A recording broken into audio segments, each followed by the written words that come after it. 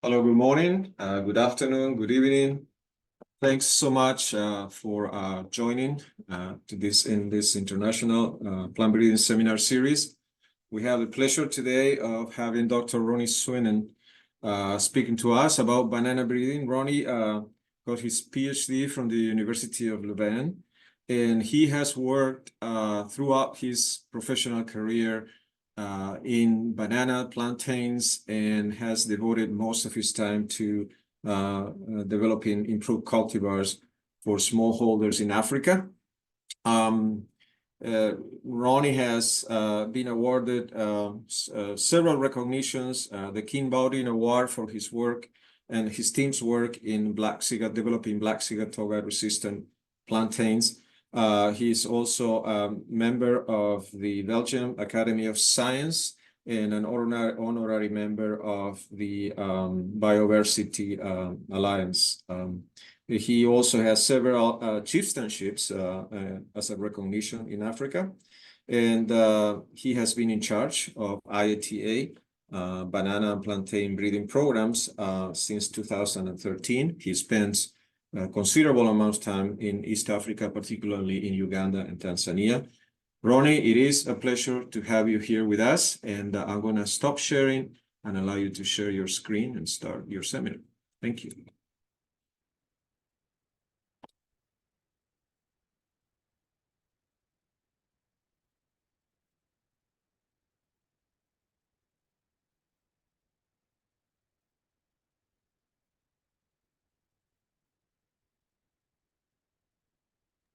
You're good. Thank you, Carlos, for introducing me, and welcome everybody. Good morning and good afternoon.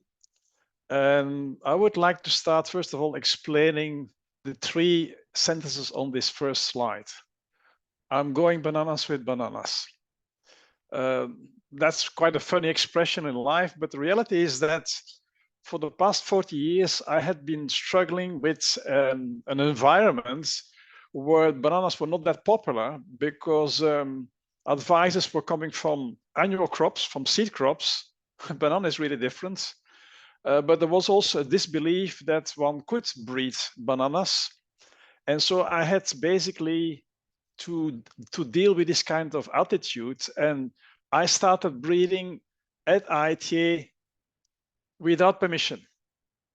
So it's only when, after 2 years, when I had the data, I went to my boss and said, look, it can be done. Here are the hybrids. And that's in fact how the breeding started at ITA. So fighting a disbelief, and now we have hybrids. So I come to the second point. Sterile, I think we should put a question mark there, and I will elaborate during my presentation what it means, but we can deal with it. And so I come now to the third point, and I think the introductory movie showed it already.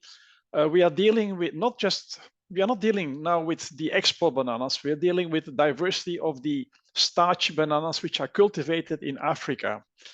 Starchy because either they remain starchy when they are yellow, these are the plantains, or they are harvested, in fact, at an immature stage, and these are the highland cooking bananas. And then we speak about the Matoke and the Mshari. Now to move on, voila. I need some help to move on. Okay, here we go. I need to explain a little bit about the morphology of the banana plant. It's important for the rest of our discussion. We speak about bananas, and in fact, the reflex is to speak about the fruits. And so let me first talk about that one. So you see between the two, the lowest and the tallest yellow bar, the flash, you see the bunch, and the middle part, the green part, is the edible one. That's what we think as common knowledge. But in fact, the banana is much more complicated than that because there are so many parts which are being used.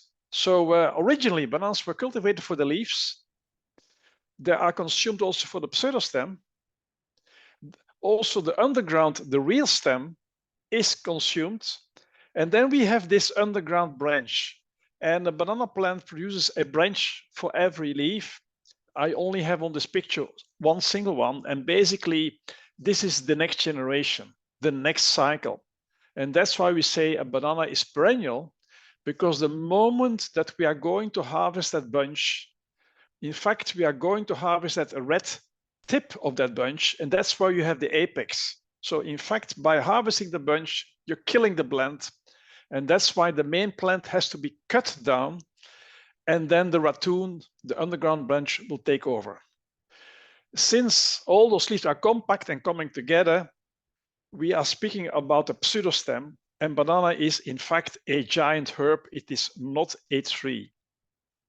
So here we have, in fact, a close-up of the bunch.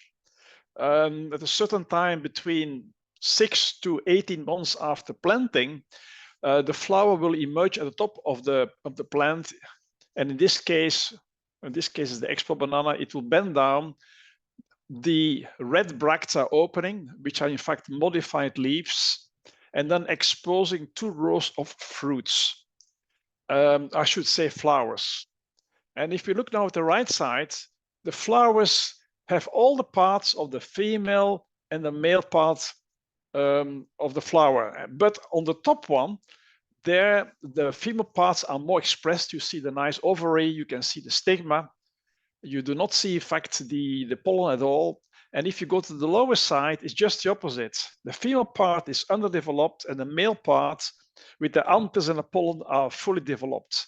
So as a banana breeder, I always say the top one are the female flowers, the lower one are the male flowers, but in reality, they are bisexual, but functionally, the top is female and the lower one is male. Here already one of the concepts which is wrong. One is saying that a bract opens 1 a day. It's not true. It can be 2, it can be 3, and they're not opening per day, they're opening at night. So let's now look at the fertility. So we have the female part, the top one, and the lower part, the male part. So we have varieties where everything is sterile. Think about expo banana. Think about the matoke banana. Think about plantain. But then we have the wild bananas, the ones which are producing seeds, and they have everything is fertile. The female flowers, the male flowers, and then we have a combination. So we have 4 combinations about fertility, female fertility, and it varies within a day and within the season and within the year.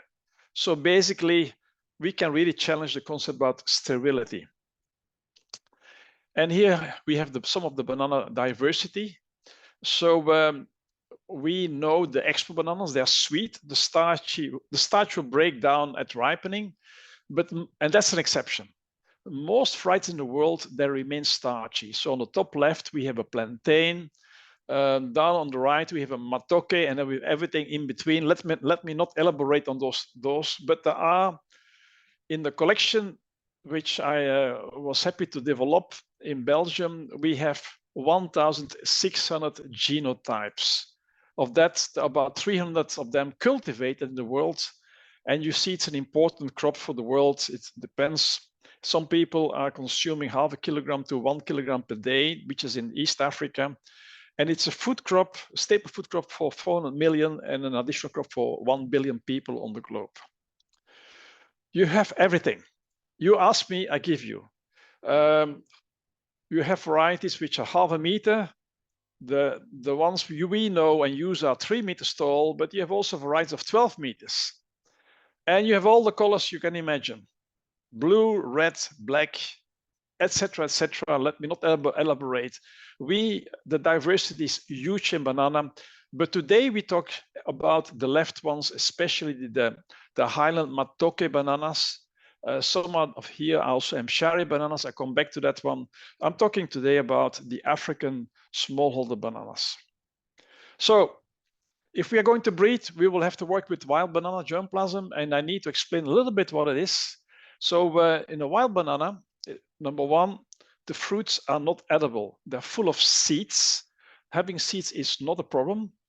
And you see on the left side, a person taking the anthers. So basically in nature, it's the bats are doing that, the birds are doing that, insects are doing that, and they fly around and they fly to a neighboring plant and they pollinate.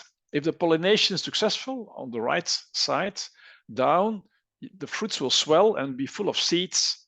If it's not successful, there are no seeds. And on the far right, you see on the bottom right, a fruit with full of seeds, almost no pulp. And then you have already the transition to the edible bananas. You see fruits with seeds and pulp. So what happened? In the wild, bananas are forest plants. And they are like pioneer crops. When a tree falls over, they will fill up the gap in the forests. And then they disappear again when the trees are taking over. And they are spread by seeds all over the place by the birds. And also that's why we call them, in fact, wild bananas. And these plants were brought and harvested and brought to the houses to use the leaves for thatching, for the roofs, for making plates, for making clothes, to extract the male flowers for vegetable. And mankind started selecting accidents. And these accidents you see on the right one is an extreme one. So from the wild banana, a seedless banana full of pulp was selected, and we call them parthenocarpic. And that's the beauty, I would say, for human consumption. Parthenocarpic fruits, it means it can flower any time in the year. It can produce any time in the year a bunch. You do not need birds and pollination. But for the breeder, it's to go bananas. That's going to give you a headache because you have to work with that material, develop it, make it fertile, and then make it sterile again. So the wild bananas and all the bananas from East Africa and West Africa come from Asia. And let me not go too much into the details, but there we had the wild bananas crossing amongst themselves, and the plantains, the center of origin of plantain was somewhere in the southern Philippines, on the top right. The matoke was somewhere in Indonesia. And then the Mshari bananas from East Africa was again somewhere in Indonesia. So basically the origin of the different bananas in the world, but I speak about those three of today, they are from different places in Asia. And they migrated to East Africa, depending on the outer 3,000 to 6,000 years ago. And these sterile bananas changed a lot phenotypically. So for the plantains on the top right, there are now 120 genotypes in Africa. The matoke on the right down, there are about 70 in East Africa. And for the Mshari on the left side, there are 12. But if you analyze them at a genetic level, they are to be considered as a clone. They're all the same. So despite the gigantic diversity phenotypically of the bunches and the leaves and the colors, at the molecular level, we hardly see any difference. And by the way, I should say from the very beginning, it's not just my team, it's about the scientific community working on banana. So people within IITA, people within the CGIAR, national programs, and other collaborating centers in the world. So on the left, we have the plantain, important for the lowlands of Africa.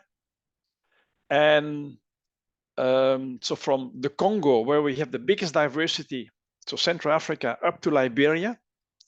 And then the matoke in the highlands, so they're happy to be cultivated above 1,200 meters above sea level up to 2,000 meters. So especially around the Great Lakes in Eastern Africa, so Lake Victoria, for example, the Tanganyika.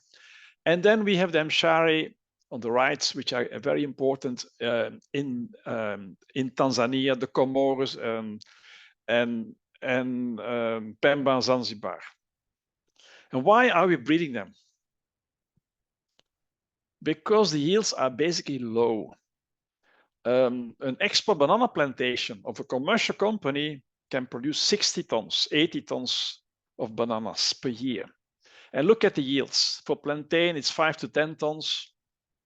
And our workshops of the scientific community, you can have a potential yield of 30 tons. And for the highland bananas, the yields are again low, 5 to 30. but we think we can get 70 tons per hectare per year, and I will show you we are almost there. Now, breeding means, amongst others, focusing on yield resistance in banana while maintaining the quality of the fruits. And that's a challenge. My story will be basically saying today we can breed for resistance and high yields, but the real challenge is to keep that quality. That's an issue. But also we have to look at it in the context of the smallholders. Here we have a multinational plantation, monoculture of bananas, and you must spray, although once a week, every second week, to control Mycosrella, which is causing Zygatoka. And on the left side, you see the picture. And one would think that should be a priority for smallholders, but that's not. Smallholders are growing, depending where you are, 5 to 15 varieties of bananas, together with many, many other crops. And as a result, when we make a decision about what's a priority, we have to look through the perspective of the smallholder. Because there's diversity on the farm, the problem of Zygatoka is not such a big problem. Especially when the bananas are being cultivated under trees, there's no light reaction between the toxin of the Mycosrella and the sun, or it's far less. So the disease is really delayed. So it is an issue, but it's not a big issue. So let's look at the priorities of that crop. So in the middle, I just explained you the disease Black Zygatoka. It's Mycosrella fijiensis. It's a fungus that attacks the leaves, related to a fungus which is attacking, I think it's wheat. But let's look now from left to the right.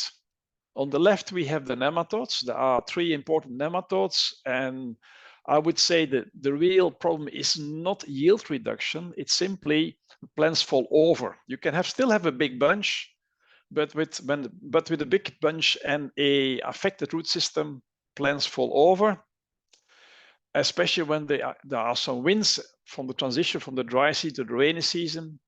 The second picture on the left, you see the damage caused by a weevil. It's a stem borer, just like in maize, like the corn borer in maize, it grows through the stem. In banana, the stem is in the ground, and it digs there. And again, the same story is the plants fall over. Then we go to the middle. I will jump now because I explained in the previous slide. And then we go to the picture number 4 from the left, the fusarium. So fusarium is killing the plant through the soil. It's a soil-borne disease. And when you hear stories in the press today in the world, banana will disappear because of Panama disease, that's the other name, it's not because of fusarium race 1, it's about race 4. And it's because in the monoculture plantations of the export industry, the plants are simply dying off. But do not believe bananas will die off. It will disappear from the globe.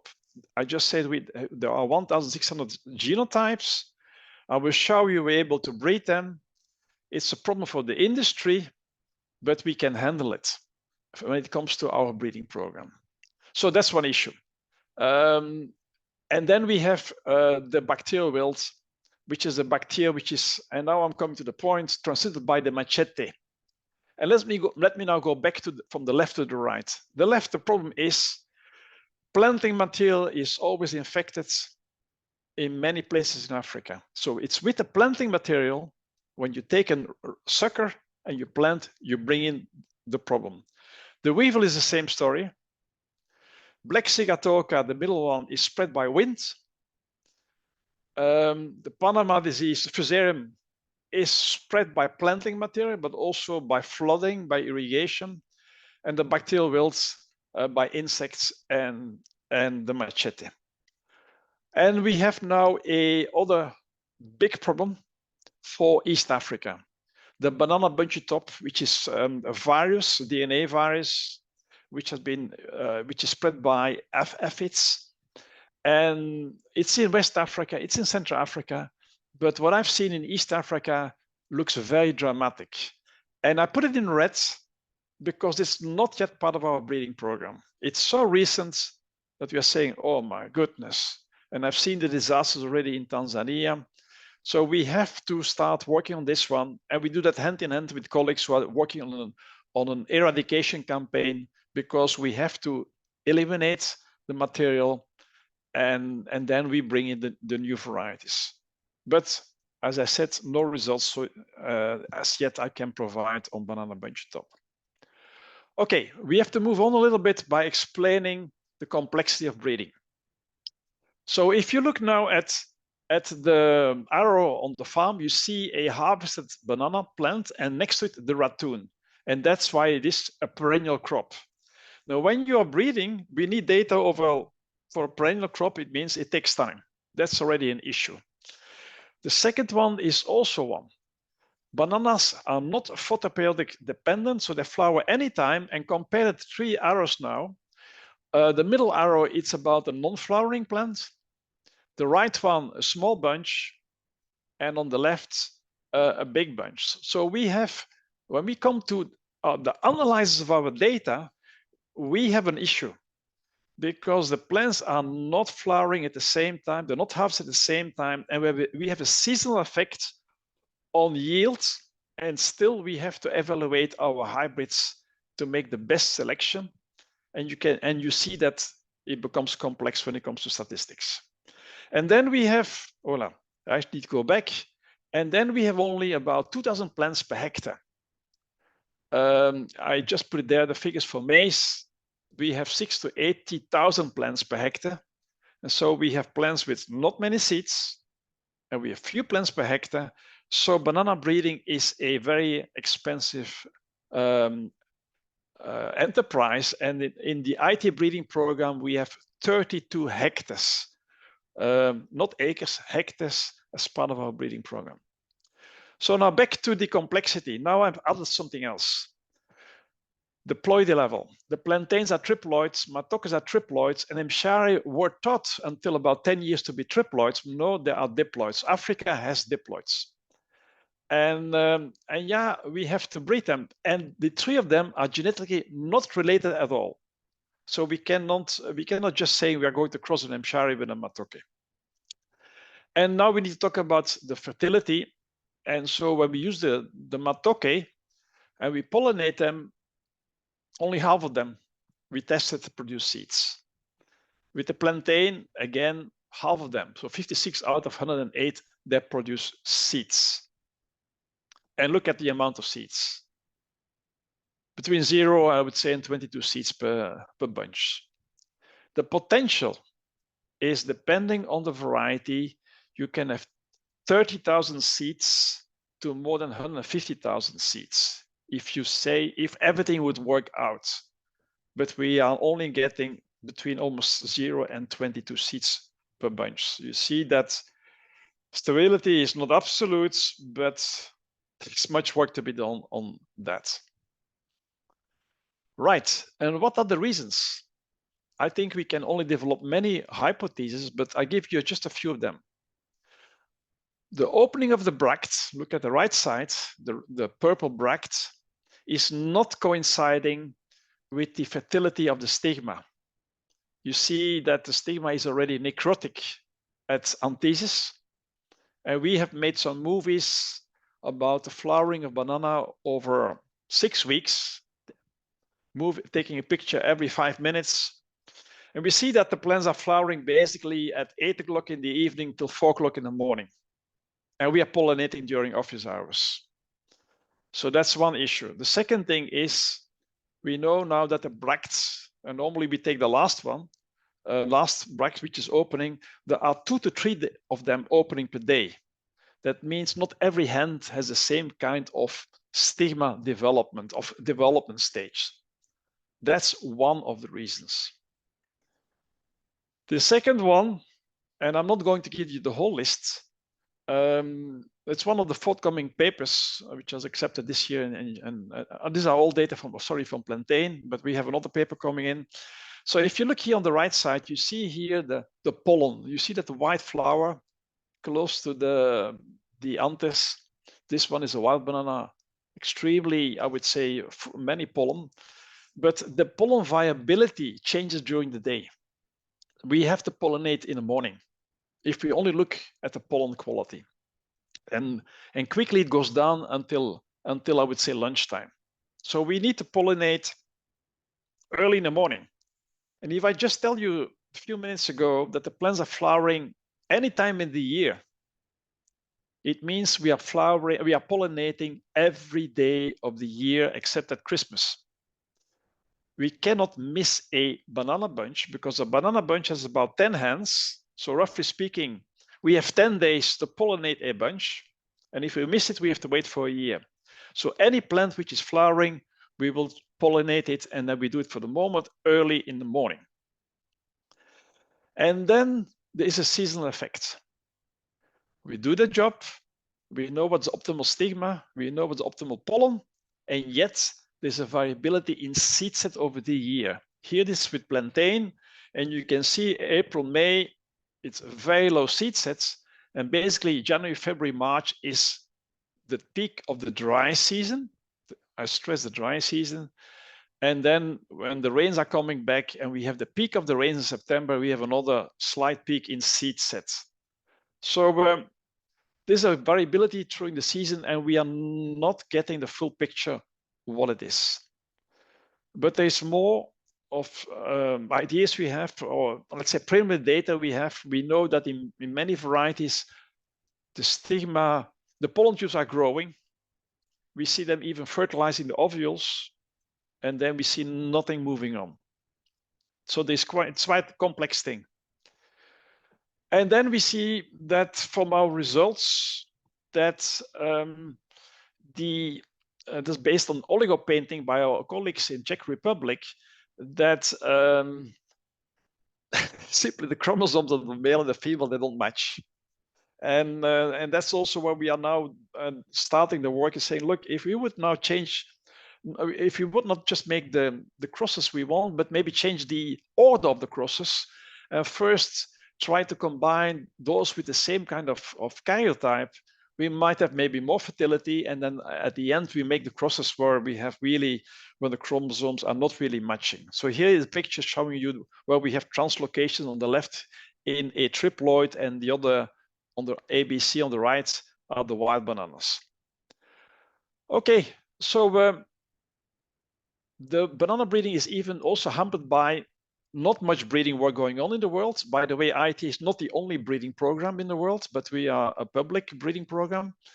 Data are limited. We have not much information on genetics, so not much information about inheritance. And then we have also not much information about quality. Colleagues with who we are working, and I will mention at the end, they know how to measure quality, but we don't know how to design the right combinations to maintain the quality.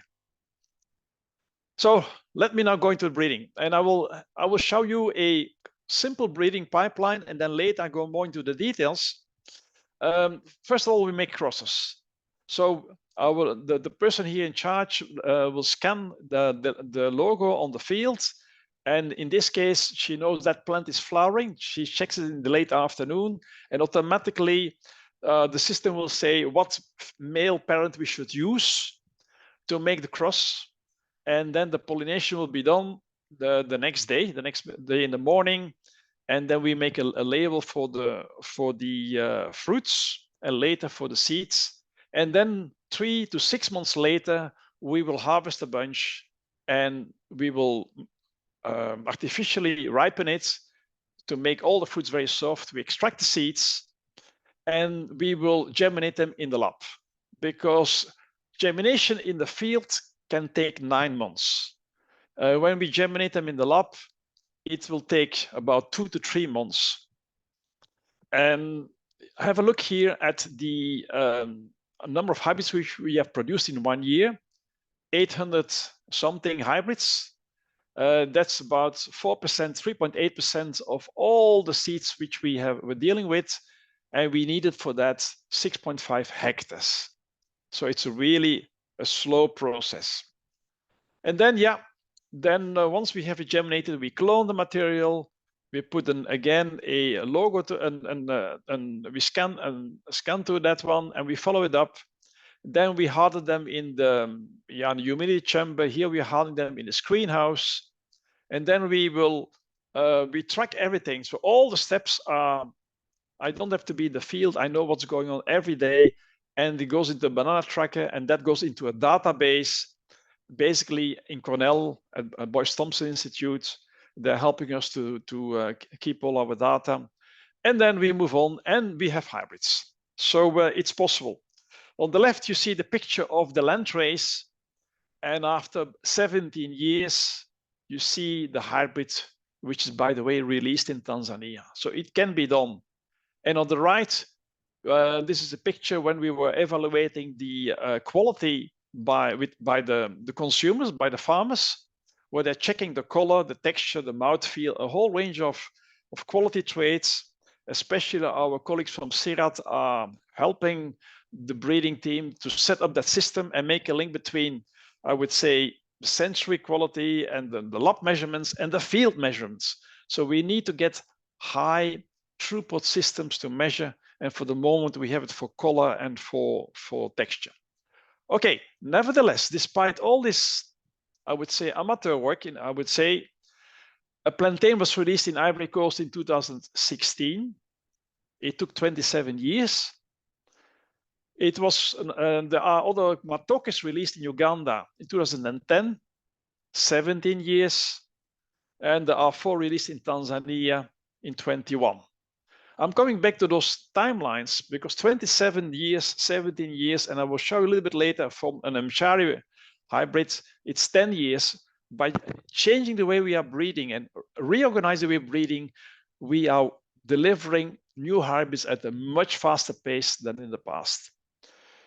Right, so some of the results. Here the plantain on the left top, the original plantain, which was sprayed, by the way, otherwise we wouldn't have any bunch, crossed on, with a wild banana, and we have in the middle a hybrid, and you can see that the leaves are very green. So this was Zygatoka susceptible, Albini lawai was susceptible. Look at the picture below. And on the right, you have resistance, so it's possible. And now I would like to go a little bit more into the revised breeding scheme. So it consists of different steps. First of all, the product design. What do we want? It's basically the consumers, the traders, the farmers. Then we deal with the trait discovery and trait deployment. Then we have the crosses and the testing going on, and then we have the release, and I will guide you through those steps. So here, product design. Simply a long list of what the ideal banana should be as compared with the landrace. On the top left, all quality traits. They are number 1 now. We are not testing them at the end, we're testing them in the beginning, different quality traits. Then we have the yield traits, different measurements. I'm not going to the detail. And then we have the resistance. Basically, I'm saying if the plant is susceptible and produces a big bunch, forget about the disease. And then we have some references, some scores, which we are doing. And then we say which one of those traits needs to be improved and which one we should not touch at all. And if you bring that together, the picture is we want high yields, good quality, and in addition, disease resistance. And since a banana can take a cycle of 1 to 2 years, we are going for early screening. So on the top, you see early screening with tissue culture plants. It takes us 6 weeks to have the data for Fusarium, race 1. With bacterial wilt, we do the injection. We inject the plant, and after a couple of weeks, we know which plants are resistant or tolerant or susceptible. And with the insects here, we are not screening them anymore in the fields. We bring in 10 of those beetles into the netted pots, and after a few months, we know how the plants are reacting. So from screening during 2 years, we're screening now, let's say, during 3 to 6 months. And we are trying to even accelerate that one. So again, going faster in evaluating.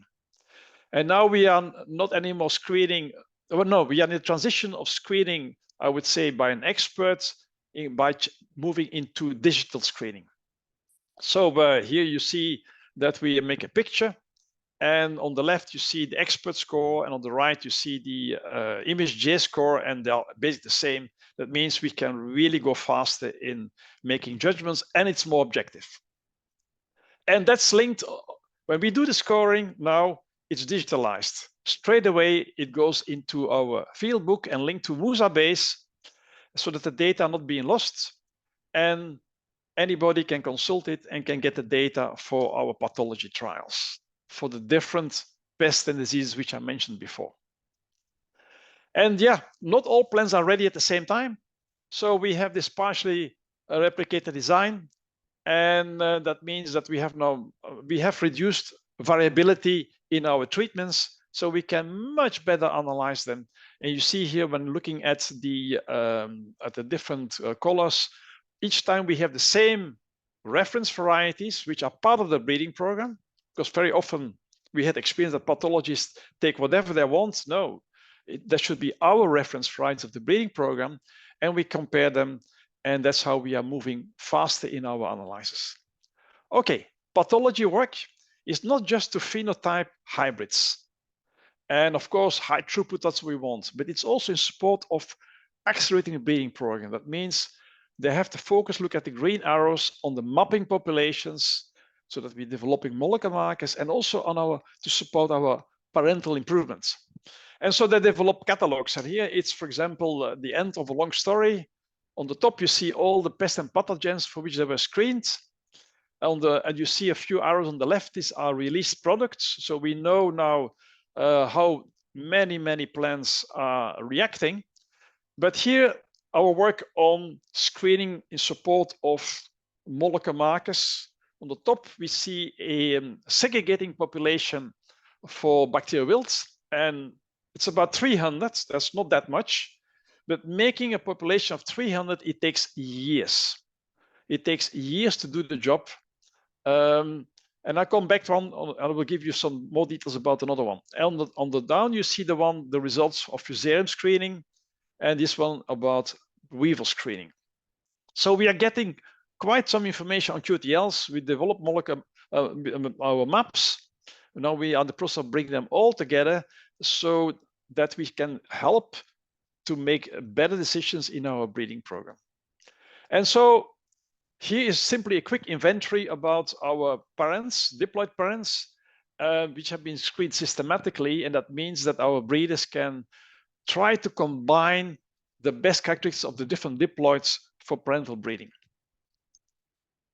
A story here where we are making real progress is that we are already implementing in our breeding program market-assisted selection for fruit Parthenocarpy.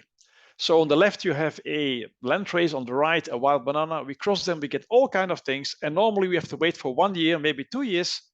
Now, within a few weeks, we know what it is, and it's been implemented. So we are using now MAS since last year in our breeding program, but from the start, from the design of the cross, producing the hybrids, again and again and again, and phenotyping and analyzing. It took us 10 years from scratch for where we are. But this is the first one which we are using in our breeding program. Soon more are coming. So let me not go through all this one, but you see there is none finished for the different traits. It's all work in progress because we want for all of them that we can apply it in our breeding program. Right. But we have also some quality markers, some CAS markers, which we use now for quality control in the breeding program. If we are breeding, we have to make sure we are not mixing up varieties, that we are sure about our genotypes, but also we need some quality checks for the plants which have been released on farm. And now we have them available for the Matoke and Mshari. And that's going to be very important for impact studies in the future. Now, I need to move on. The classical breeding scheme is you cross a 3X by a 2X and you have a 4 tetraploid. And then you move on with a diploid and you finish with a triploid. This is a process of 17 years. Now, to accelerate the breeding program, we have now, and here it's again the same process, 3 by 2X, finishing, then you have a 4X, and then you cross with a 2X. We have developed heterotic pools. And the heterotic pools, now we have the populations, we are making the crosses, and we are now involved in the recurrent selection of the tetraploids and of the diploids. And that's why we are really putting all our focus on this one. And that's also why we do, why we plan, we're not doing it, we plan to start with genomic prediction. We need, in fact, more material, but we believe that's how we will actually even more our breeding work. And that's how we will then incorporate multiple resistance. And in the case of tetraploids, we will, in fact, take our best diploids to make tetraploids through chromosome doubling. Something about genomic prediction. Let's not read all the things which are there, but basically in this scenario, we need 10 years. And based on our molecular data, developing a training population and then a validation population, we were able to cut the whole process by 5 years in selecting our Matoke hybrids. So the molecular tools are again helping us to select material for the final product. Now, diploid improvement can lead to drastic improvements. So you see here on the left side, combination of two diploids, and then you have a beautiful diploid with many, many fruits and parthenocarpic. On the right one, again, a kind of progress. And I would like to show you now our third breeding pipeline in a nutshell. This is the mshari. And what is important about mshari? First of all, it's an important staple food crop in Tanzania, also a little bit Kenya, the Comoros and so on, developed in 8 years. You hear what I'm saying? Before we talked about 27 years, 17 years, now we are at 8 years. It's about also change the way we are working. And they are fusarium resistant to number 4 and to number 1. When people are panicking in the world, we have source of resistance and we can breed, and we have done already back crosses with that material. And it is also the parents of the Cavendish. So also we have the basis there. If we ever start on breeding for export bananas with that material, it can be done. Now, I'm not disclosing the information here behind because it's part of ongoing work, not that because it's, I would say, yeah, it's part of a PhD, and let's give that person the credits to come out. But we are now having the first information coming in about heterability of a whole range of traits. We are getting data. We're able to do the analysis. And that's the point I want to make. That's, I would say, absolutely not new in other crops, but for us, it's a big step forward that we're getting data about heterability. We're also able now to make the ranking of the hybrids in cycle 1. We don't have to wait, what was the classic approach, wait for 2 or 3 cycles before we make a decision. What we're able to decide in the first cycle gives us the same results if we do it a year later or 2 years later or 3 years later or 4 years later. And thanks to that one, again, we are saving time and can accelerate our work. And yeah, we need to test somewhere. Where do we test? So the maps are coming in about the target environments. And here it's a map of Ghana and one of Nigeria. And these are information we need, and we also have it for other countries if we do our multi-locational trials. And the first multi-locational trial ever in Africa was finished in 2019. In 2019, and we have the data for all the matokes, and this was basically the basis for the release of the material in Tanzania in 21, and will be the base for the release, what we think, in 2023 for some matokes in Uganda. Now, we're coming close to, we are coming to the end, and I just want to give you some extra information.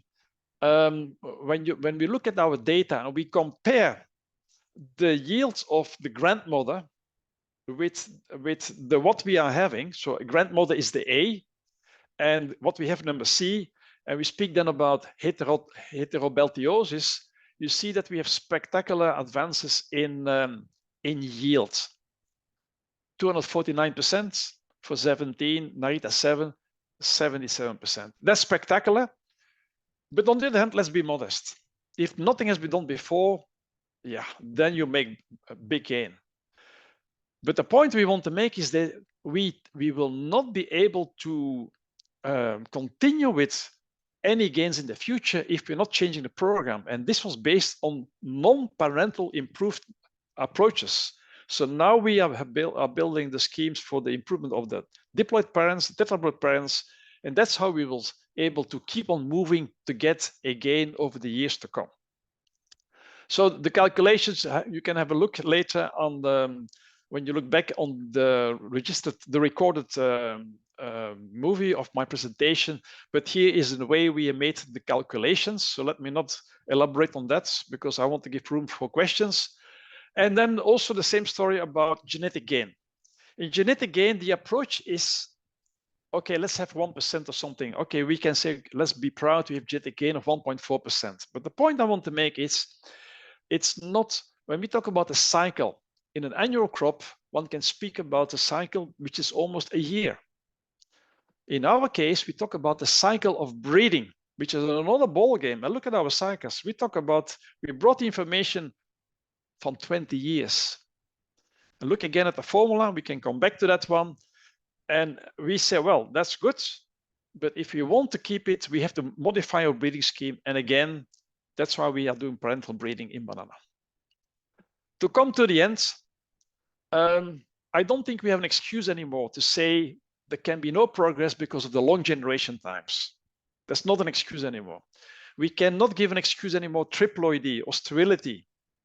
We really have to think out of the box, and I hope I'm able to convince many of the people, in fact, to join our efforts.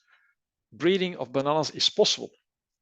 So going bananas with bananas, no, we can do it. And I would like to thank the CGIAR, ITSIP, we are working together. I would like to thank especially our partners in Uganda, NARO, because we are working with them. We have agreements about task sharing. I want to thank also our collaborators in Tanzania. Again, we are doing task sharing, the breeding program. So the whole breeding program is not IIT only, it's done with them. I would like to thank those who are assisting with the Musa base at Boyce Thompson. Our colleagues in Czech Republic on the chromosomal behavior in banana, CIRAD with support on quality of fruit research. And let me now just show all the other ones because time is against us. It's basically a partnership, public, private, national programs, advanced research institutes. We is the community, and I hope I've not forgotten anybody, but I would say the most important partner is not there. These are the farmers. They are giving the final judgment, and I can tell you our hybrids are in the farms, cultivated in Tanzania by the farmers. Thank you so much for your attention. Thank you, Ronnie. Very impressive presentation. Again, a reminder that you post the questions in the chat. Ronnie, thank you again. Have a question from a student from Kenya saying that she saw different varieties in the farm growing up, and recently they have been replaced by a lot of tissue culture bananas. How can countries preserve that diversity that used to be in the farms? I would say there are two things happening as far as I know in Kenya. Kenya has a very good tissue culture, let's call it industry. So, and those companies are multiplying clean plantings of bananas, but they are Cavendish. And yeah, the Cavendish are in fact starting to replace the local varieties. But what's happening through our efforts, we are working with Calro in Kenya and the University of Kenyatta University, and they're already testing the cooking banana hybrids on farms in Kenya. In fact, the Kenyan authorities are now discussing with the Tanzanian authorities and the NARO authorities, give us the data from your countries, from all your trials, so that we can release in Kenya the same matokes. The matokes are there, they're on farm, they're evaluated by the farmers, but not, I would say, without the data collection. And so basically they are trying now to release them so that the companies can multiply that. For that reason, 2 weeks ago, we created in East Africa the East African Banana Breeding Network, so that all the national programs, 6 of them, can work together and learn from each other and basically use that material. Number 3, I just show you the Mshari Fusarium resistant hybrids we developed. That still has to go to Kenya, because Muraro in Kenya is the same as Mshari, and we have developed it to be resistant. So there's no reason to replace all the bananas by Cavendish. We can maintain the local varieties. Thank you. All right. How about flowering? Can it be manipulated? And a related question I had is, when you implement genomic selection, what is the seed to seed time? Okay, flowering, I think it's a very important question about, can flowering be manipulated? For the moment, not. I have been talking to some scientists about thinking about it, because in cassava, one can induce flowering with light, for example. In banana, there are the ideas what to do, but nothing is concrete and nothing has been implemented. So I invite anybody who wants to do work on flowering, please start doing it. So for the moment, we have to live with the nature. Then seed to seed. So if you say, now we have to ask you, do you mean seed as a seed, botanical seed, or you want to say botanical seed? Let's say you have good algorithms that you can apply, and you want to go fast through recurrent selection using genomic selection. So what will be a minimum cycle from which you plant the seed, you screen with markers, and then you harvest the seed? Is that 2 years, 3 years, 4 years? So I'm just making the calculation. So okay. A seed takes about 3 months to germinate in vitro. Then the in vitro plants can be planted about 3 months later in the field. 6 months. Then it will be flowering in the field about 12 months later. The bunch will take about 3 months. So, okay, here we go. So we have 21 months. Okay. Any thoughts about using gene editing for some of these traits? That's one question posed by a person in the chat. And the other ones, do purple color bananas have a nutritional benefit? So gene editing and nutritional composition. So gene editing in banana has been done. One of the persons I know is Lina Tripathi in East Africa, in Kenya, by the way, and she has developed some interesting material. The question is, for what? For all the traits of my concern, I would say, which I mentioned today, except one. No, sorry, for all of them, we have source of resistance. So we are not yet engaged in banana bunch of breeding, but for all the one we can breed. So for what do we have to do in gene editing? One trait I discussed with my colleagues in gene editing is absolutely we need help for dwarfism. Our plants are too tall. Can we cut off 1 meter? Can we cut off 2 meters? And Lina Tripathi has been doing that for in yam. And this is one of the elements we need to discuss. When do we need it? We also have discussed that that the contribution can come in gene editing into the parental improvement, where we bring elements together, and then in the final product we do it by crossbreeding. So there is room for it. There is need for it. Then when it comes to the purple color, and if we would link it to anthocyanins, the answer is I don't know. So we have purple color in the pulp, in the peel of several banana varieties. We have purple color in the sap of many banana varieties. We do not have purple color in the pulp. So that's already a question. Is the pulp and peel gives it, it's not the same story. And there are so many anthocyanins.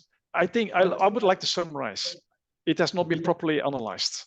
I think it's been done much better much more advanced in other crops, especially I would say in some berries and also in potatoes. But in banana, we can only say there is room for much more people to join. So how about stress tolerance, like drought? Is there any work being done there? Yeah.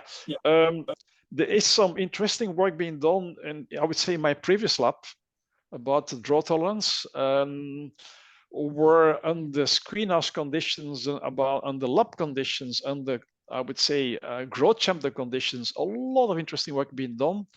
The same thing about temperature. What is the maximum temperature? And we are now working with them. In fact, it's now ABC. So alliance between SEAT and Biodiversity, about saying, do we get the same results under field conditions? In the lab, it's nice. It's greenhouse, it's interesting. But can we translate that work, and do we come to the same conclusion in the field? A field has been planted in Senduzo in Uganda, and we're starting the work this year. But time will show whether we can use the same traits from the greenhouse and the lab for measuring in the field. But there's absolutely a need for it, because we need to work also on drought resistance and breeding. Good. Can pollen be preserved and safe for crossing? Good question. We put the question out to so many people. Who wants to start? We need people to work and join on this one. I cannot give you the answer because nobody has done it, but there is absolutely a need for it. Okay. Question here is about numerous hybrids that have been released in other parts of the world, in different parts of the world. And a few of them have been adopted because of grower and consumer concerns about quality, okay? The question that is asked is, what would be your top priorities to increase your chances of success if you want to start as a banana breeder right now? Yeah, so as part of the RTP breeding effort, and we have here Naro as one of the logos and Sirats, there's activities going on about more research on the quality. And that means, first of all, what are the traits? And there are 5 traits which are important for consumers in Uganda. Let me just narrow down on that one. And that's number 1. Then number 2, they should not be measured anymore on the final products after multi-locational testing and high yield testing. They should be moved into the early evaluation trials. So now there is, thanks to that work, already at the, let's say, the first harvest of the first seed, we can already rogue between the one with the right color, orange color, and the right texture, and the ones which are not good, and we throw them out. That makes it already much cheaper. So it will actuate it will not actuate, but it will make the work much more cheaper. Second thing is that for the moment, all the trials are working on a bunch level. We want to move it on an individual finger level because it's too expensive to work with big bunches and bringing many people together. And we want to bring in the farmers in a much earlier stage.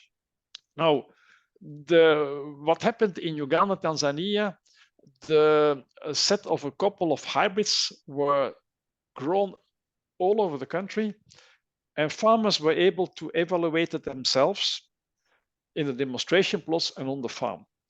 And that's how the material was being selected. So so basically there should be more research on quality. Okay. Okay. I'm gonna take the screen from you because I need to share. One question I have, I wanna take advantage of the role here. I see a lot of the collaborators. I don't see much of the industry. I imagine there should be a lot of interest in what you're doing in the germplasm you're having by big companies like Dole or others. What is the situation?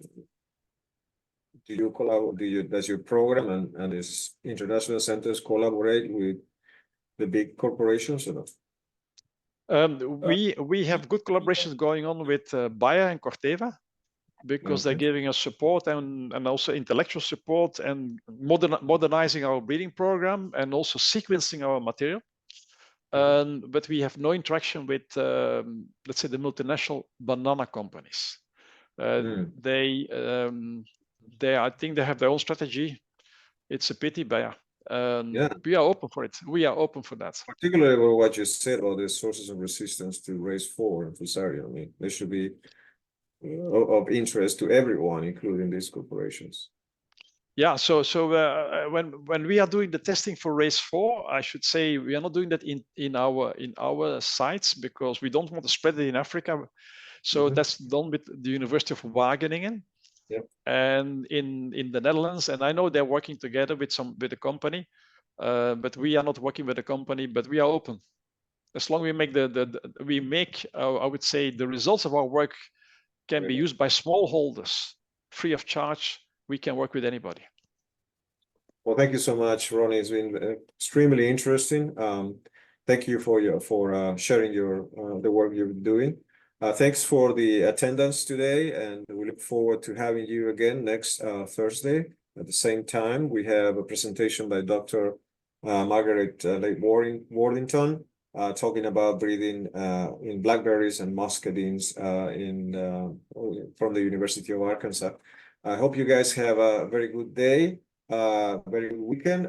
Just for your information, I'm sitting here at NC State, and we're part of the Final Four in the National Tournament of Basketball for the first time in more than 40 years. So hold on there.